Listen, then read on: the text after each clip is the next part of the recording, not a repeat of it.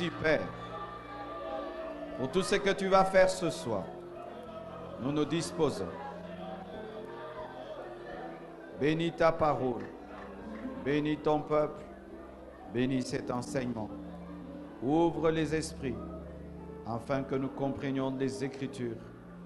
J'ai ainsi prié et banni de ce lieu tout obstacle à l'Évangile. Amen. Amen. Nous acclamons le Seigneur.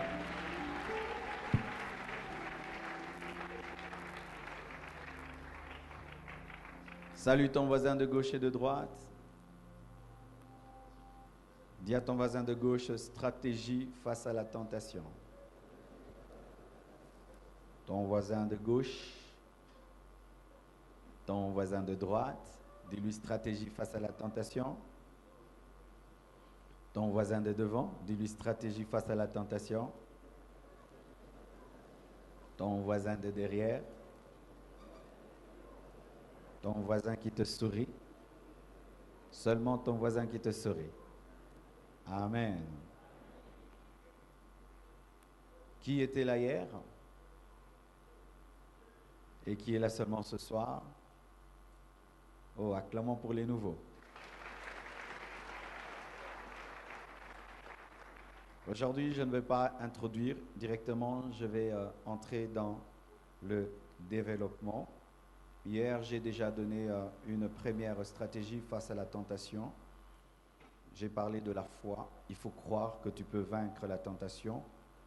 Deuxièmement, il faut te confier à une oreille attentive et discrète pour vaincre la tentation.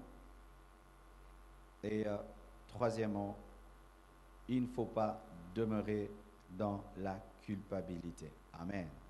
Nous sommes debout afin de lire la parole qui va nous conduire au premier principe de ce soir. Nous sommes dans Hébreux 12, verset 14. Hébreux 12, verset 14. Hébreux 12, verset 14. Vous y êtes? Recherchez la paix avec tous et la sanctification, sans laquelle personne ne verra le Seigneur. Acclamons la parole de Dieu. Asseyez-vous, s'il vous plaît.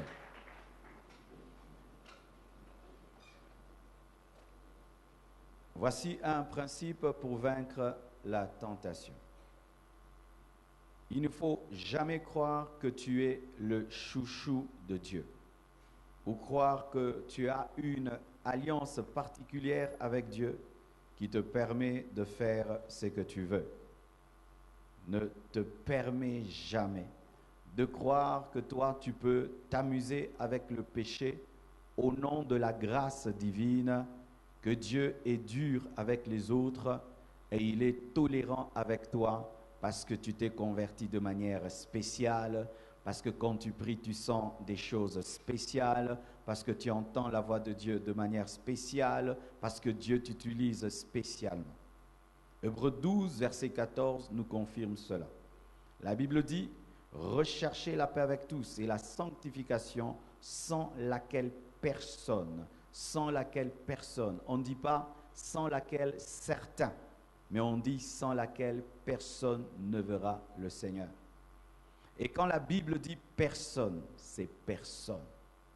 Personne en ce lieu. Personne en ce lieu ne verra le Seigneur sans la sanctification. Qui que tu sois, quoi que tu fasses, si tu ne te sanctifies pas, tu ne verras pas le Seigneur. Et la Bible est riche d'exemples des personnes qui étaient, entre guillemets, extraordinaires, mais qui ont été sous le jugement de Dieu lorsqu'elles avaient perdu leur sanctification. David, un homme merveilleux, un homme puissant, il a vaincu Goliath, il a déchiré le lion, il a vaincu plutôt le lion, l'ours, l'homme selon le cœur de Dieu. Mais lorsque David, qui chantait des psaumes extraordinaires, a pris la femme d'autrui et est tombé dans l'adultère, le jugement de Dieu s'est abattu sur sa vie. Moïse, le grand, qui a vu le buisson ardent, qui a reçu les 10 commandements de Dieu, qui a ouvert en deux la mer Rouge, qui a frappé la plus grande, la plus puissante nation de son temps, de 10 plaies. Ce Moïse, lorsque, au lieu de parler au rocher, il a frappé le rocher, même s'il était Moïse, Dieu lui a dit, tu n'entreras pas. J'ai remarqué ceci dans le domaine de la sanctification et dans le domaine du péché. Il y a des gens qui pensent qu'ils sont extraordinaires. Lorsqu'on parle de l'enfer, ils pensent que Dieu les aime. Ces personnes pensent que Dieu les aime tellement qu'elles n'iront pas en enfer. Quand on parle de l'enlèvement, elles pensent que Dieu viendra les signaler de manière extraordinaire pour qu'elles se préparent. Pourquoi tu te sens si extraordinaire? Tu n'es pas extraordinaire, tu es comme nous. Tu es comme nous. Pourquoi tu supposes que Dieu avec nous peut être dur, mais avec toi être tolérant? Voyez la mort de Jésus.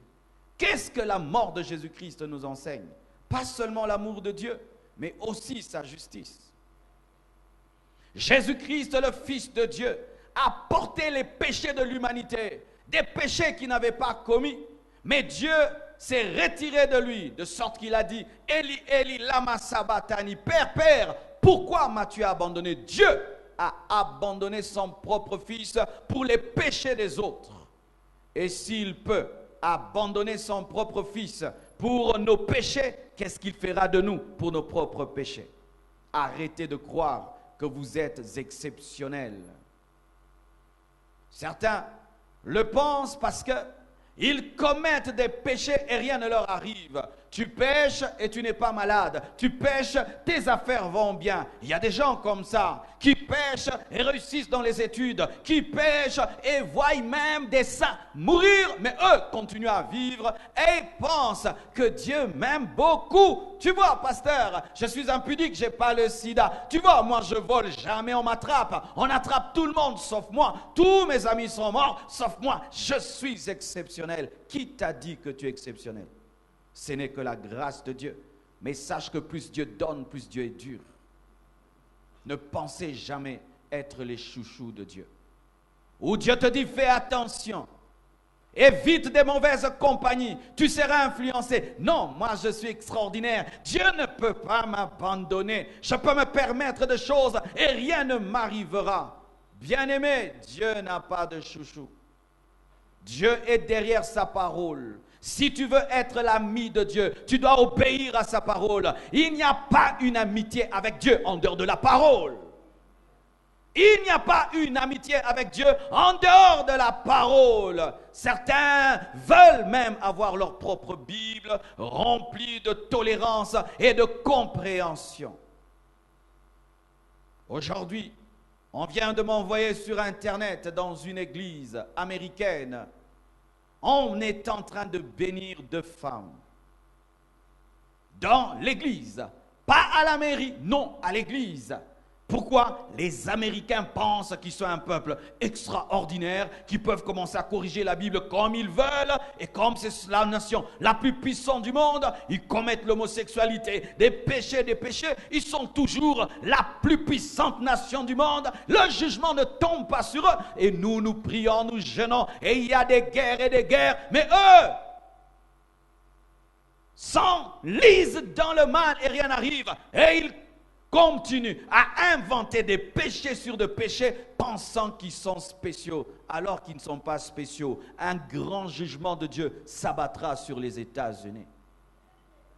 Mon frère, ma soeur, toi qui vis une vie de péché, aucun malheur ne t'arrive. Toi qui mènes une vie de péché et personne ne t'attrape. Fais attention, frère. J'ai connu des hommes comme toi qui pensaient être spéciaux.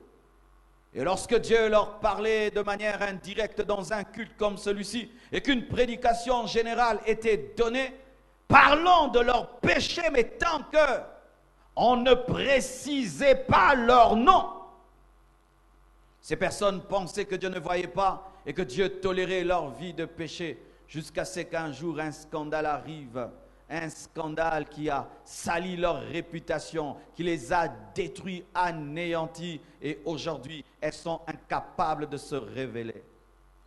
Bien-aimés frères, sœurs, lorsque Dieu te parle de manière générale et que tu penses te jouer de lui, il te châtiera parce qu'il t'aime. Il va t'humilier, il va te briser de manière publique. Et ainsi tu sauras que Dieu n'a pas de chouchou. Et nous, chers serviteurs de Dieu, il nous arrive de tomber dans ce piège. Vous savez pourquoi? Parce que nous nous tenons devant. Et les gens nous regardent. Et nous ouvrons la Bible. Et puis nous commençons à parler. Et comment nous faisons? Vous.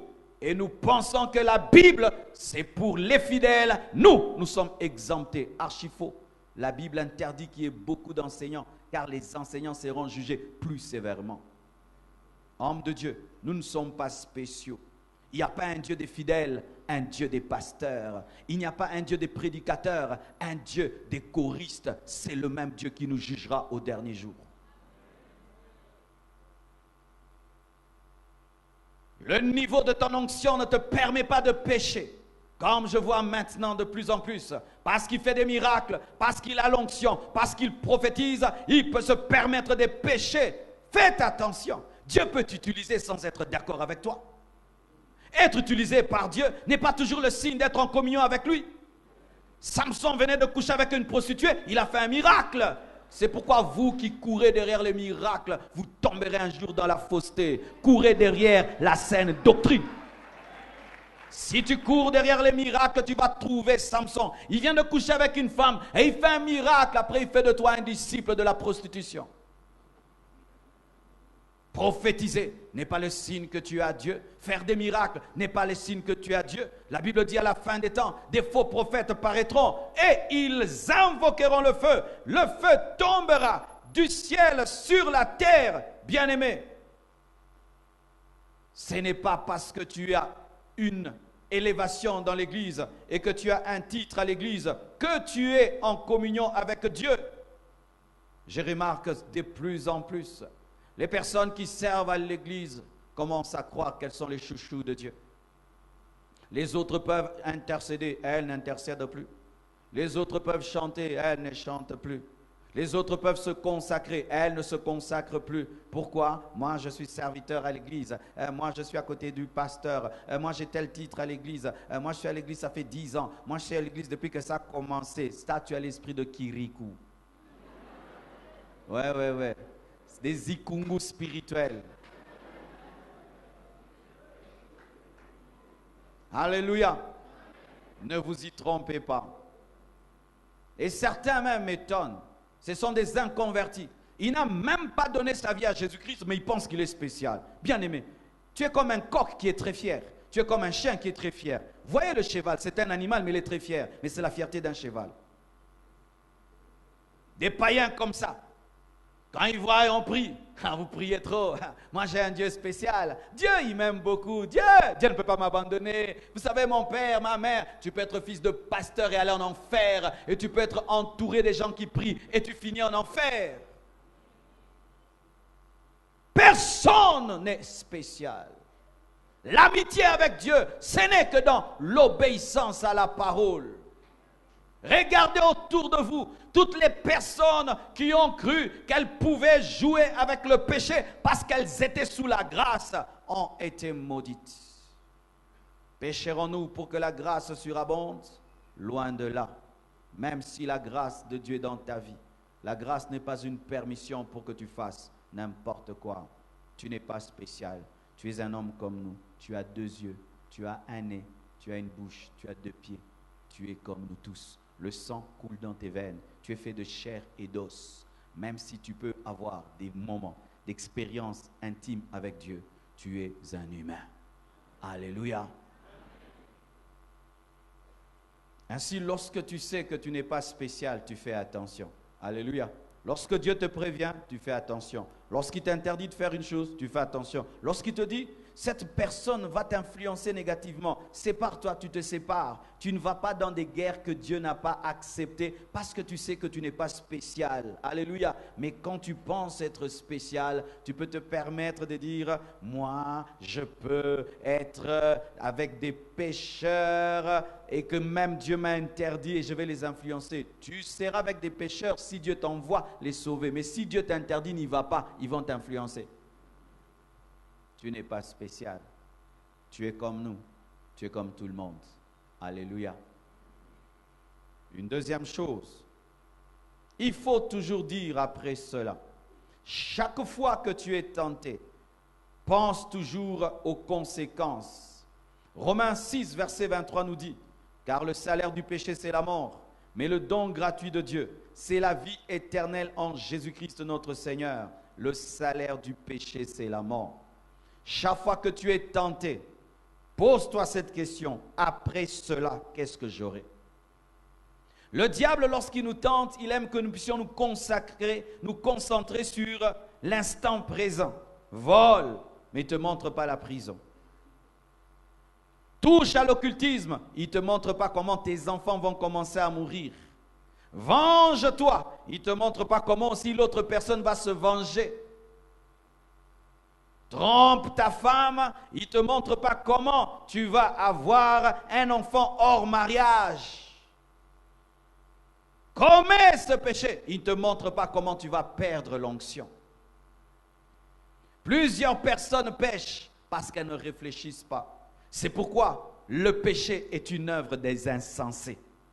Ce sont les insensés qui agissent d'abord et qui réfléchissent ensuite. Mais lorsqu'un homme a la sagesse de Dieu, avant de poser une action, cet homme réfléchit. Qu'est-ce que j'aurai?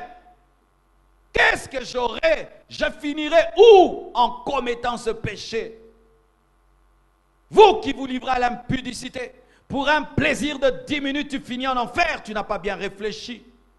Pour un plaisir de rien du tout, tu vas perdre l'onction, tu vas perdre le don spirituel, tu vas perdre ton ministère, tu vas perdre ton couple, tu vas perdre ton foyer, tu vas perdre ton futur. Tu vas détruire le futur de tes enfants rien que pour un plaisir de 10 minutes. Quand tu voles, tu ne penses pas qu'un jour on peut t'attraper et tu fais 10 ans en prison, loin de tes enfants, loin de ta femme et loin de ta famille. Après cela, qu'est-ce que j'aurai? Chaque fois que tu es tenté, pose-toi cette question. Après cela, la Bible dit que le salaire du péché, c'est la mort. Ça veut dire, à chaque action, il y a une conséquence. Tu vas remarquer que le diable, lorsqu'il te tente, il n'aime pas que tu réfléchisses. Parce que c'est tellement clair que c'est un escroc. Et vous voyez, les escrocs n'aiment pas qu'on réfléchisse. Lorsqu'un escroc veut te vendre une mauvaise chose, qu'est-ce qu'il te dit? Fais vite, achète. Et nous, à Kinshasa, il y a des gens qui vendent des chemises, ils se promènent avec et ils les font toujours bouger comme ça. Ils les bougent comme ça et ils les amènent toujours près de tes yeux. Pourquoi? Pour que tu ne saches pas si c'est une chemise ou une blouse. Et alors, tellement qu'il bouge, viens, ça coûte combien? Oh, $5, donne-moi, je suis pressé. Et tu ne vérifies pas très bien et tu achètes une belle chemise et quand tu rentres à la maison, une blouse rose. C'est ce que le diable fait. Il te pousse. Tu ne réfléchis plus. Toute la parole que tu connais, tu la mets de côté. Quand le Saint-Esprit commence à te parler, tu ne veux plus écouter. Lorsqu'on veut te donner des conseils, tu ne veux plus écouter. Je dois faire, je dois. Pourquoi tu veux acheter une blouse? Si tu réfléchissais, et si tu avais réfléchi, je t'assure que tu n'allais jamais tomber. Une jeune fille qui réfléchit bien, lorsqu'un jeune homme la tente, ne tombera pas. Ma sœur, un homme qui te tente, après qu'il ait couché avec toi, il ne garde aucune trace, mais toi tu perds ta virginité.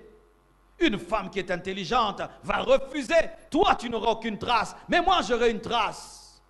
Un homme, il peut avoir fait la vie et la vie avec 10 femmes connues dans tout Goma comme un impudique.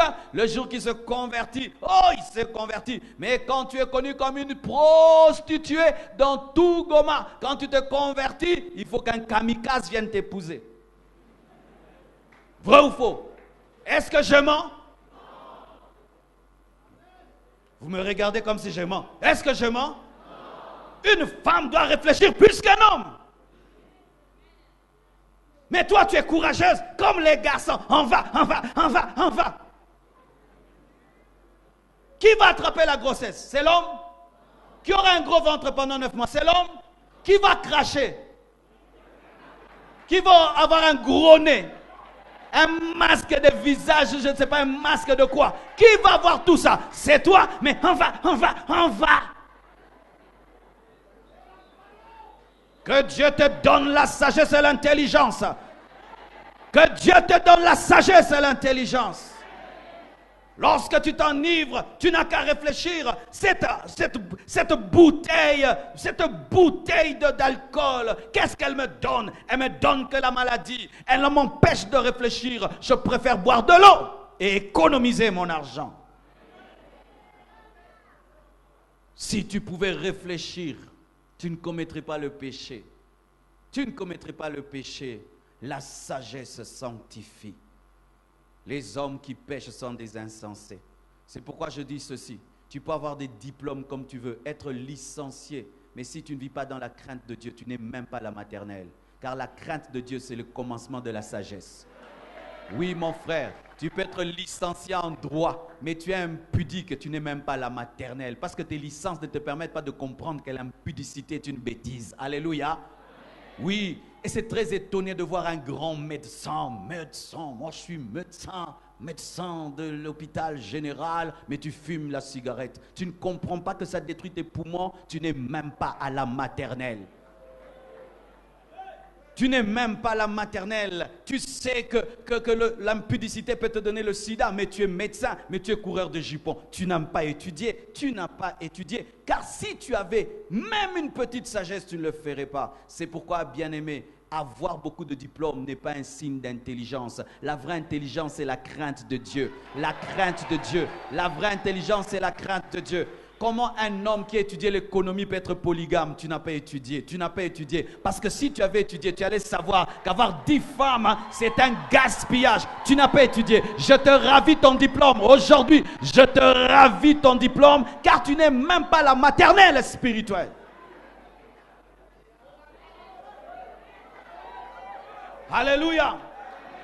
Comment avec tous les diplômes que tu as, tu ne peux pas comprendre qu'à force de voler, un jour tu laisseras des traces et on t'attrapera et tu finiras en prison. Tu ne comprends pas ça, mais tu es doublement licencié. Tu n'as pas étudié. Les études commencent par la crainte de Dieu. C'est ça la maternelle. Tout ce que tu as sans la crainte de Dieu, ce n'est rien du tout. C'est pourquoi des fois, vous remarquez, un homme qui n'a pas beaucoup étudié, qui est plus heureux que celui qui a beaucoup étudié, qui bâtit une famille solide et qui est en train de monter dans la gloire et dans la richesse parce que lui n'a pas le papier, mais il a l'intelligence. Réfléchissez toujours avant de poser une action. Regardez toujours de tous les coins. Qu'est-ce que ça va apporter à ma communion avec Dieu, à la communion avec ma femme, avec mes enfants, à mon ministère? Ça va apporter quoi? Ça ne va rien apporter. Au contraire, ça va m'enlever. Je ne le fais pas. Regardez, David. Il avait un règne qui était stable. Il dominait sur tout Israël. Il avait des victoires. Et un jour, il décide de rester à la maison alors que toute l'armée d'Israël va en guerre. Et là, il reste, il regarde Bathsheba en train de se laver et il décide de prendre la femme d'autrui sans réfléchir. Et il couche avec la femme d'autrui. Et là, la femme est enceinte. C'est ce que des fois je suis étonné. Les gens aiment poser des actions de plaisir, mais n'aiment pas les conséquences des plaisirs. Si tu aimes les plaisirs, tu dois aimer les bébés. Arrêtez d'avorter. Vous aimez Bathsheba, mais vous n'aimez pas les bébés de Bathsheba. Arrêtez d'avorter. Arrêtez d'avorter. Des filles qui ont avorté 5 fois. Mais personne ne sait. Elle a un ventre plat. Mais plat. Plat. Pourquoi? C'est une meurtrière. Elle se moque d'une fille mère. Toi, tu ne peux pas te moquer d'une fille mère. Parce que si tu avais des bébés, tu aurais déjà une équipe de football, n'est-ce pas?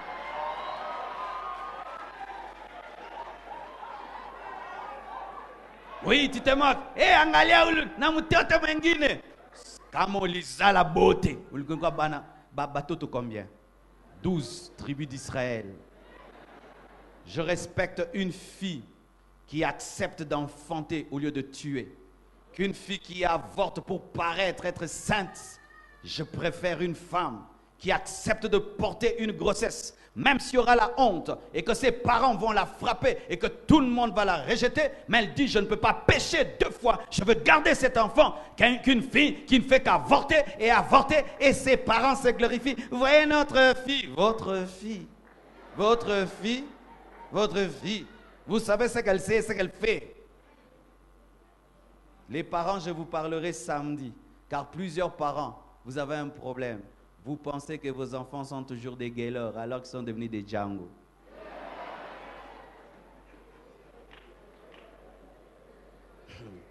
En notre temps, les parents nous disaient aller dormir. En ce temps-ci, les enfants disent aux parents, vous n'allez pas dormir.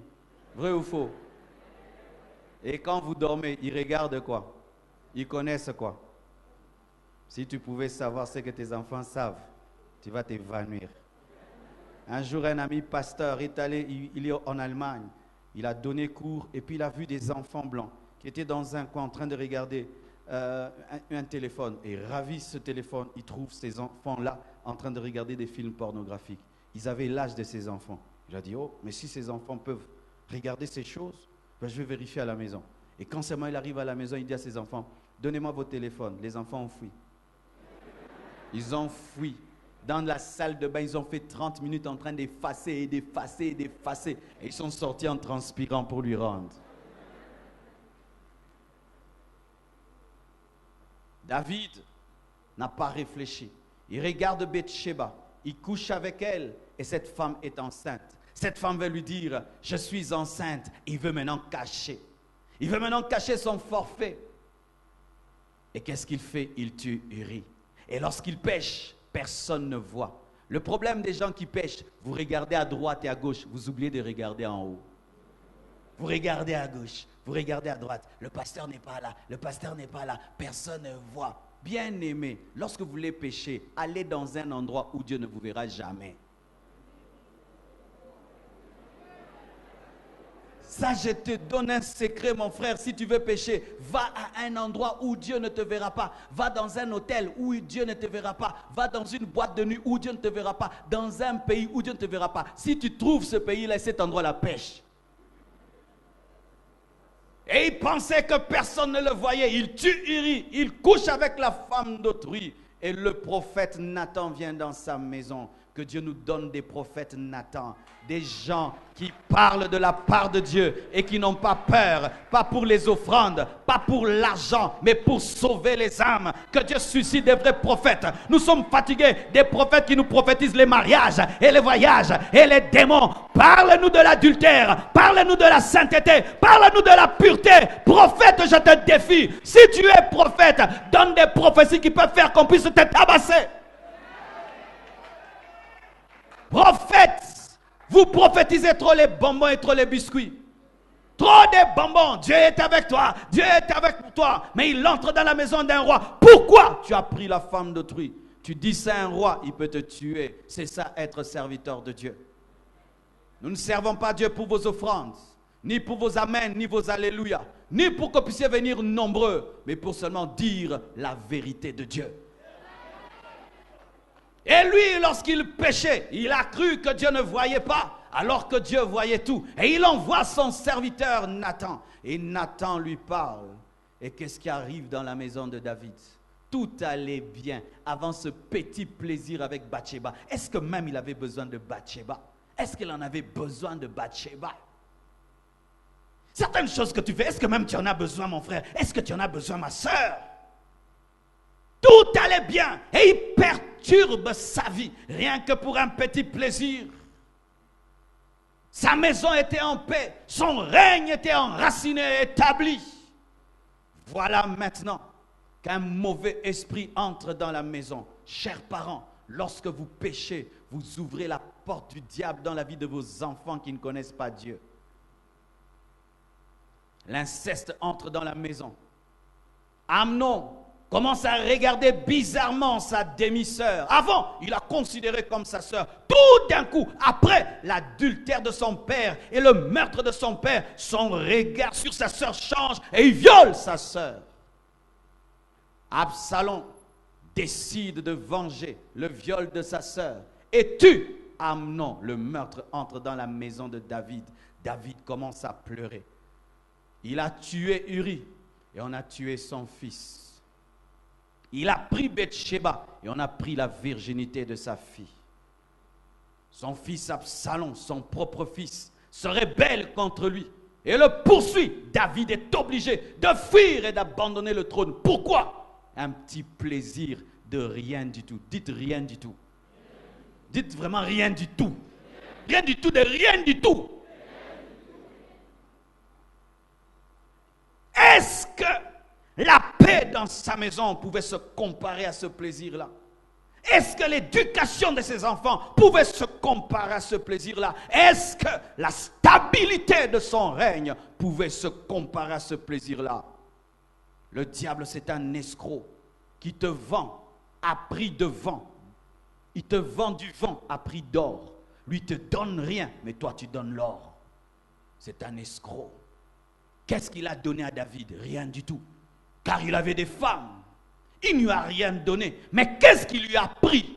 Il lui a pris sa joie, sa paix, ses enfants, l'unité.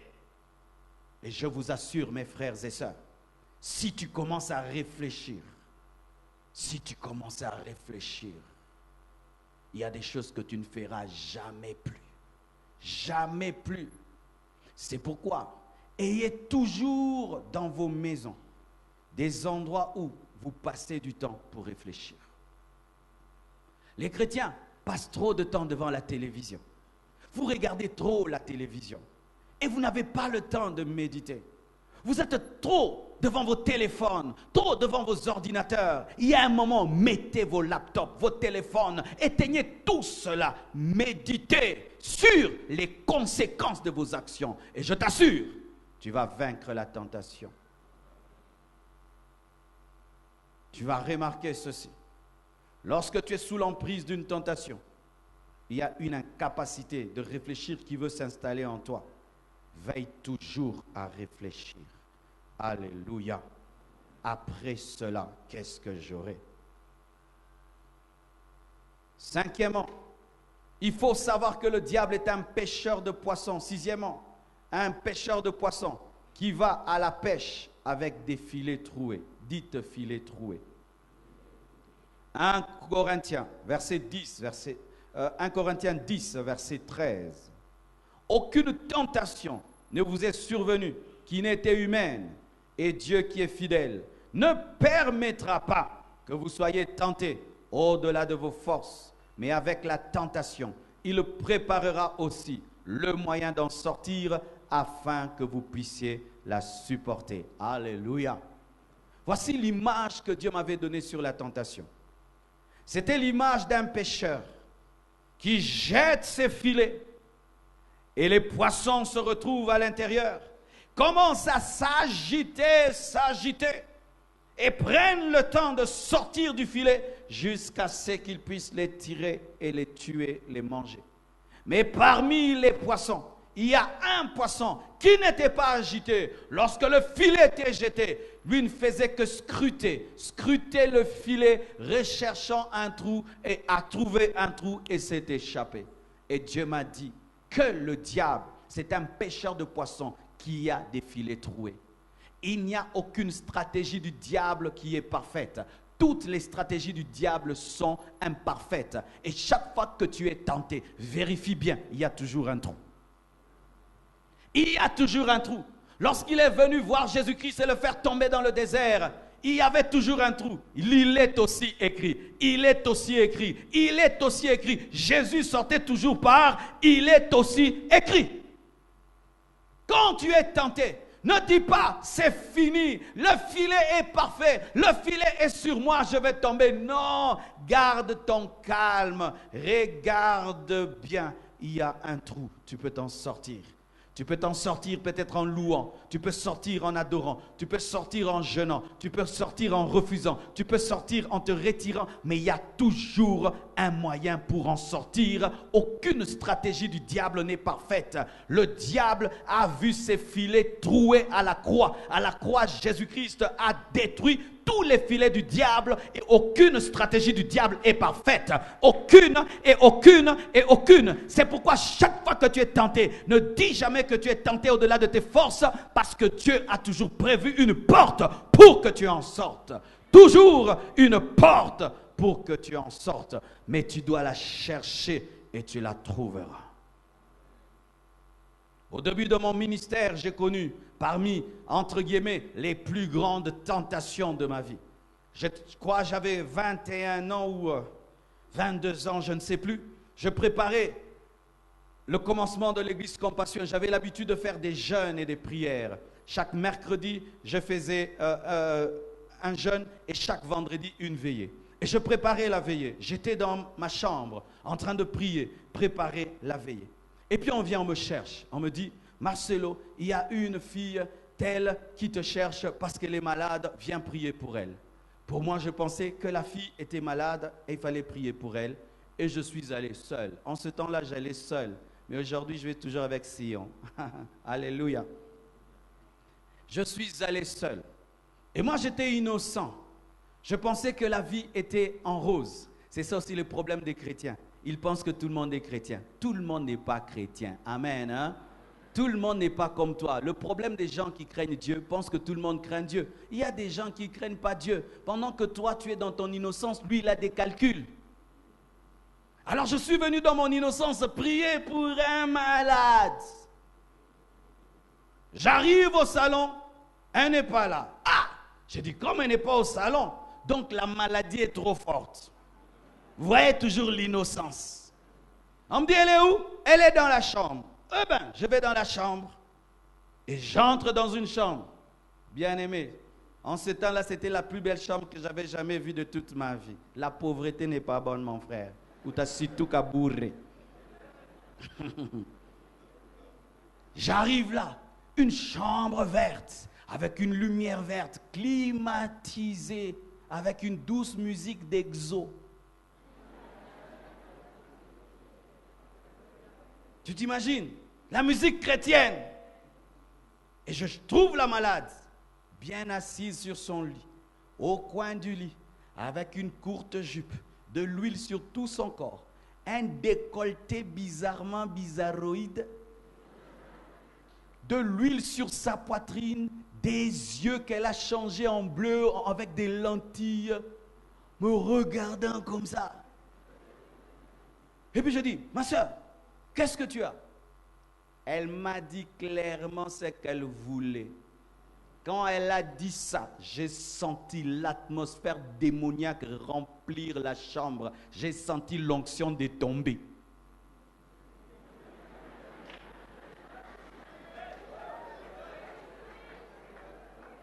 Le filet était jeté. Mais il y avait un trou. Quel était le trou? Dieu m'a dit, fâche-toi. J'ai dit, mais je ne suis pas fâché. Crée la colère. Je me suis fâché. Hey, tu veux faire tomber l'homme de Dieu? Agenouille-toi. J'ai pris autorité sur elle. Pourquoi? Elle était grande de taille, costaud. Donc si elle m'avait tenu, j'ai dit, agenouille-toi. Elle s'est agenouillée. Ferme les yeux. Ferme les yeux. Commence à prier. Au nom de Jésus, je chasse des démons. Je reculais, j'ai ouvert la porte. J'ai fui. Je l'ai laissé en train d'attendre une délivrance. La Bible dit fuyez l'impudie.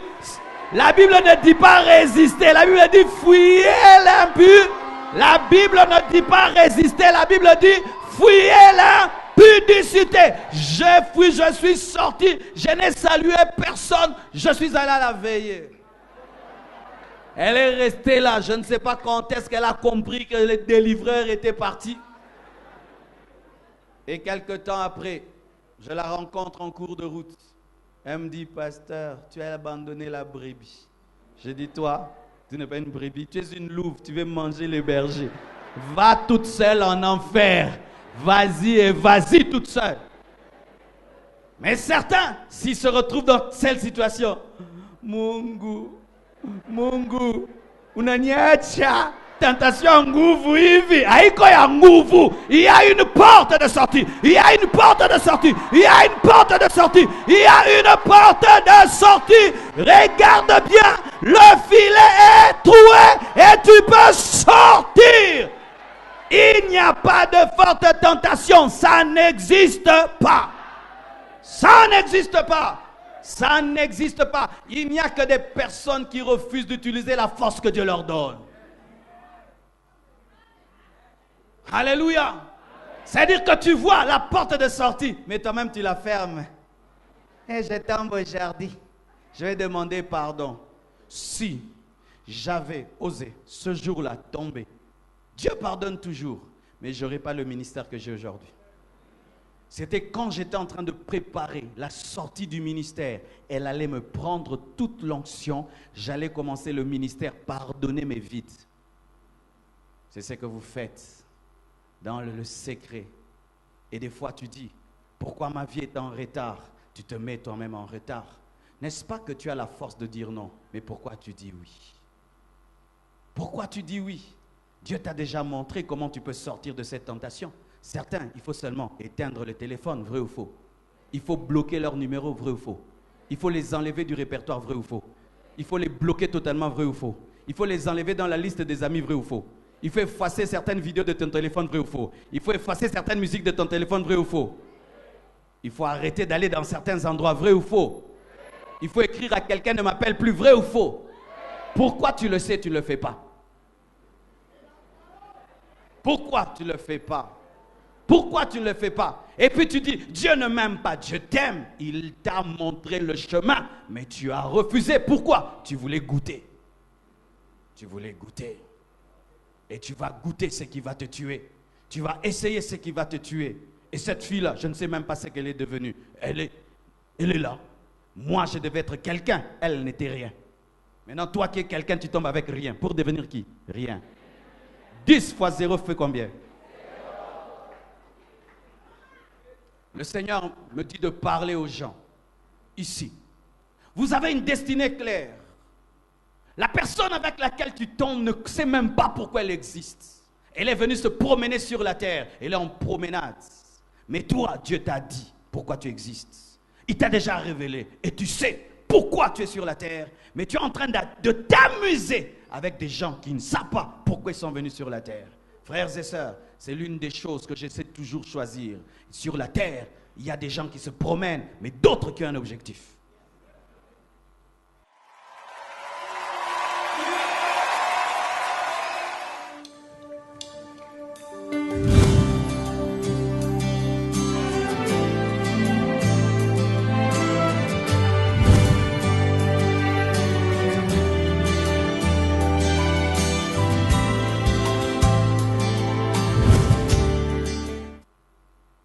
Jeune fille, tu sais que toi, tu seras une grande politicienne, n'est-ce pas que tu le sais? Mais voilà que tu es en train de sortir avec n'importe qui et demain tu deviens député. Député, tout ton corps est sur Internet. N'avez-vous pas vu ça aux États-Unis? Elle devient première dame, après tout son corps est sur Internet. Elle ne savait pas qu'elle deviendrait première dame. Frères et sœurs, je ne te prêche pas des choses que j'ai entendues. Je te prêche ma vie. Ces choses me permettent de tenir debout, de rester près de Dieu tous les jours de ma vie. Vous qui côtoyez des personnes qui ne comprennent rien à leur vie, des hommes, animaux, mais toi, tu es spirituel et tu pêches avec de telles personnes. Mais ces personnes, les jours qu'elles vont découvrir pourquoi elles existent, vont te parler durement. Toi qui connaissais la vérité, comment tu nous laissais dans une telle situation?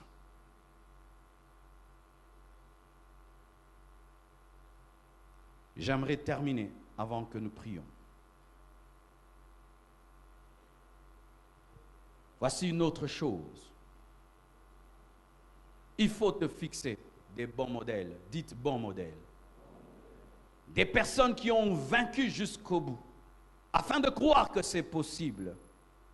Jacques 5, verset 17. La Bible dit, Élie était un homme de la même nature que nous. Il pria avec insistance pour qu'il ne plût point. Il ne tomba point de pluie sur la terre pendant 3 ans et demi. 1 Corinthiens 4, verset 16. Je vous en conjure donc, soyez mes imitateurs. 1 Corinthiens 11, verset 1. Soyez mes imitateurs, comme je le suis moi-même de Christ. Jésus est notre modèle parfait, mais sur la terre, tu peux avoir des modèles. Dans chaque domaine, nous avons des modèles. Dans le domaine de l'informatique, nous avons Bill Gates, nous avons Mark, nous avons tous ces gens de Jacob, Steve Jobs, pour l'iPad, l'Apple. Mais dans le domaine de la sanctification, il faut avoir des modèles. C'est-à-dire des hommes comme toi, mais qui ne font pas comme toi. Des hommes, quand tu les regardes, tu crains Dieu. Quand tu vois comment ils mènent leur vie, tu te dis, mais s'il peut le faire, moi aussi. Ayez des modèles. Ayez des personnes qui vous inspirent. Regardez à elles. Et chaque fois que tu veux pécher, tu te dis, est-ce que tel frère, tel homme de Dieu, dans ce cas-ci, pouvait faire ça? Il n'allait pas le faire. Moi aussi, je ne le fais pas. C'est pourquoi, mes frères, nous devons garder nos modèles. Lorsque vous avez un homme de Dieu dans votre église qui craint Dieu, vous devez l'aider à craindre Dieu. Vous ne devez pas travailler à le distraire. Des maladies que nous avons chez nous, les Congolais. Quand nous avons des trésors, nous avons des richesses en termes d'hommes, nous devons les protéger. Parce que quand tu deviens découragé dans ta marche avec Dieu, tu as besoin de voir un Congolais comme toi qui fait des choses que tu ne fais pas. Ainsi tu peux dire, s'il peut le faire, je peux le faire. J'ai toujours béni Dieu d'avoir rencontré l'homme de Dieu Jacques-André Vernon. J'étais de l'église de Réveil, où on nous prêchait beaucoup les miracles, les prodiges, l'onction, les charismes. Mais je sentais au-dedans de moi que je devais équilibrer mon ministère par le caractère. Et j'ai commencé à côtoyer à la fois mon église et côtoyer la borne. C'est là que j'écoutais le message du pasteur Vernon. Et je sentais qu'il dégageait une telle discipline. Je sentais que ce qu'il prêchait, il le vivait. Et mon esprit me disait, fais de cet homme ton modèle. Et cet homme de Dieu est venu dans ce pays. Il a servi Dieu, ayant l'une des plus grandes églises de notre nation. Jamais n'est tombé dans le culte de la personnalité. Jamais n'est tombé dans une fausse doctrine. Jamais n'est tombé dans l'adultère. Jamais n'a pris l'argent d'autrui. Jusqu'à sa mort, il est mort avec l'évangile dans sa bouche. Avec des rêves missionnaires. Et vous savez que c'est quand un homme de Dieu meurt que vous découvrez les secrets. Jusqu'à aujourd'hui, aucun secret n'est sorti. On n'a pas entendu qu'une jeune métisse est venue vers Papa Vernon. On n'a pas vu. Une Congolaise venir pleurer. Mon mari. Personne. Sa vieille dame, la seule, l'unique, était là. Il a vaincu jusqu'au bout. Et quand je sers Dieu, je regarde cet homme de Dieu-là. Il a vaincu dans ma nation. Moi aussi, je dois vaincre. Je ne dois pas tomber dans l'orgueil. Je ne dois pas tomber dans la cupidité. Je ne dois pas tomber dans l'adultère. Je ne dois jamais divorcer parce que lui n'a pas divorcé. Qui est ton modèle? Qui est ton modèle? Tu veux devenir comme qui? Un jour, j'étais étonné. On pose la question à des frères et sœurs en Christ. On dit, qui est ton modèle? Et j'entends une sœur, je pensais qu'elle était spirituelle. Son modèle, c'était quelqu'un de charnel. De charnel. Qui t'inspire? Des fois, je vois les musiciens. Vous chantez, mais vous pensez à R. Kelly. Vous chantez, vous pensez à Beyoncé. D'autres, je pense à Dido Yongo. À Emenea. Jésus, frère Dido.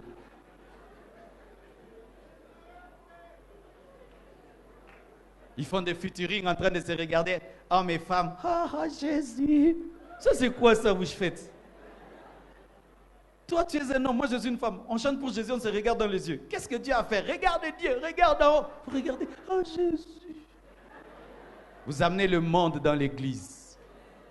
Et quand un chrétien a des modèles charnels, vous allez voir, il n'aura pas une vie de spiritualité élevée.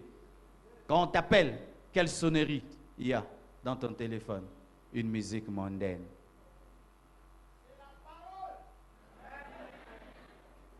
Et comment un tel chrétien peut avoir des hauts niveaux de sainteté? Tu veux ressembler à qui? Tu veux être comme qui?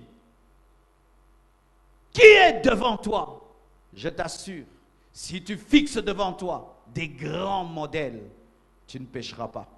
Parce que chaque fois que tu voudras te comporter avec médiocrité, rien que penser à ces modèles va t'arrêter. Des hommes de la même nature que moi ont vaincu, je vaincrai aussi. Si Jacques-André Vernon a vaincu, je vaincrai. Il n'avait pas un autre Saint-Esprit, un autre Jésus. Le même Jésus que moi aussi dans ce pays, je vaincrai. Il n'a pas vaincu parce qu'il était blanc, parce qu'il y a des blancs aussi qui viennent dans notre pays qui échouent. Il était attaché à Jésus. Il aimait Jésus de tout son cœur. Il priait tous les jours. Il méditait la parole de Dieu comme un enfant. Il aimait Dieu comme un enfant. Et si je marche comme lui, je vaincrai comme lui. Qui est ton modèle? Bien-aimé, je m'arrête là. Et j'aimerais que tu réfléchisses un tout petit peu. Aujourd'hui, je vais prier pour toutes les personnes qui chutent devant le même péché. De sorte que vous avez perdu la foi. La foi que Dieu peut vous libérer. La foi que Dieu peut vous en faire sortir. N'ayez pas honte. Ici, c'est l'hôpital de Dieu. Si tu t'humilies devant Dieu, aujourd'hui même, tu seras libéré de ce péché. Je t'assure, il y a de la puissance de l'Esprit derrière ce message. Que Dieu vous bénisse abondamment.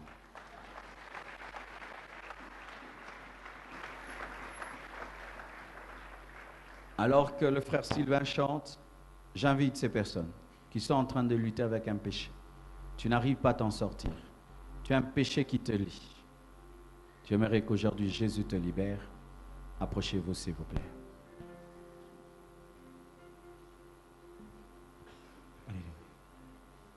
Où irai-je? Que ferai-je sans toi? Où irai-je? Que ferai-je sans toi? Que sera mon histoire si on m'enlevait Jésus? Si c'était à refaire, moi je choisirais Jésus. Si c'était à refaire, moi je choisirais Jésus.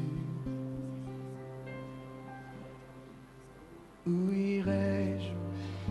Que ferai-je Alléluia. sans toi?